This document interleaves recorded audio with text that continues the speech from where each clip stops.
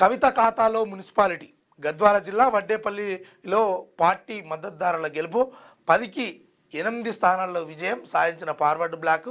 కాంగ్రెస్ బీఆర్ఎస్కు చెరో స్థానం. చైర్మన్ పదవి కోసం అన్నాదమ్ముల మధ్య వార్ అంటూ ఒక వార్తను తీసుకొచ్చింది.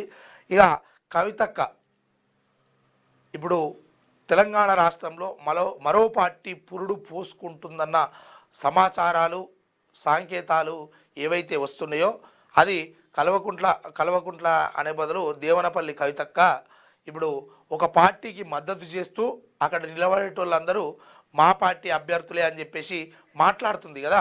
ఆ మాట్లాడిన దాంట్లో ఆమె ఈ గద్వాలకు సంబంధించిన దాంట్లో ఆల్ ఇండియా ఫార్వర్డ్ బ్లాక్ సింహం గుర్తు మీద 10 ఉంటే 8 గెలిచిరు. అందులో భాగంగా షెరోటి కాంగ్రెస్ బీఆర్ఎస్ షెరోటి పంచుకున్నది. ఇక దాని తర్వాత అటు పెద్దపల్లిలో కావచ్చు ఇతరత్ర చాలా చోట్లనే సింహం గుర్తు ఒక మంచి గెలుపు దిశగానే ప్రయాణించింది.